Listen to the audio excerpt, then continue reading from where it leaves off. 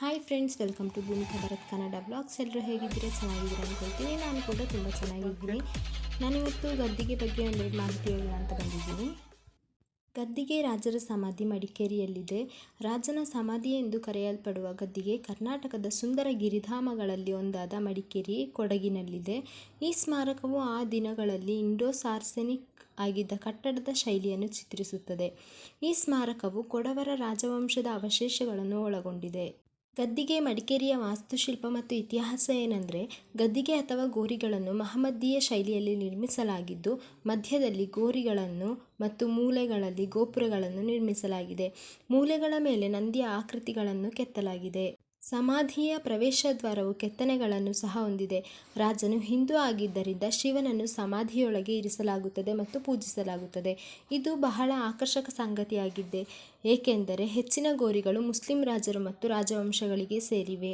ರಾಜಮನೆತನಕ್ಕೆ 3 ಗೋರಿಗಳನ್ನು ನಿರ್ಮಿಸಲಾಗಿದೆ. ಕೊಡವ ರಾಜ ದೊಡ್ಡ ವೀರರಾಜೇಂದ್ರ ಮತ್ತು ಅವನ ಪತ್ನಿ ಮಹಾದೇವಿಯಮ್ಮನವರ ಮಧ್ಯದ ಸಮಾಧಿ 3ರಲ್ಲಿ ದೊಡ್ಡದಾಗಿದೆ.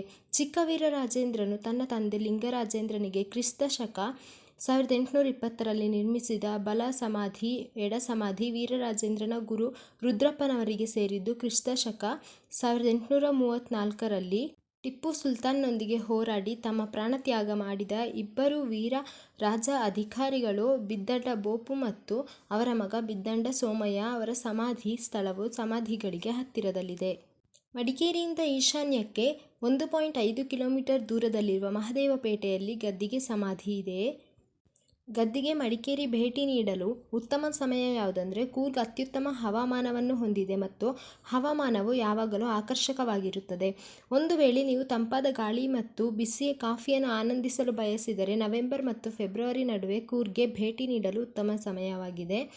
ನವೆಂಬರ್ ಮತ್ತು ಫೆಬ್ರವರಿ ನಡುವಿನ ಚಳಿಗಾಲವು ಪರ್ವತಗಳ ಅತೀಂದ್ರಿಯ ಮತ್ತು ಸುಂದರವಾದ ನೋಟವನ್ನು ಒದಗಿಸುತ್ತದೆ ಮತ್ತು ಮಂಜು ಆವರಿಸಿರುವ ಸುಂದರವಾದ ಪ್ರಕೃತಿಯನ್ನು ಸೆರೆಹಿಡಿಯಲು ಛಾಯಾಗ್ರಾಹಕರಿಗೆ ಉತ್ತಮ ಸಮಯವಾಗಿದೆ ಅಂತ ಹೇಳ್ತೀನಿ.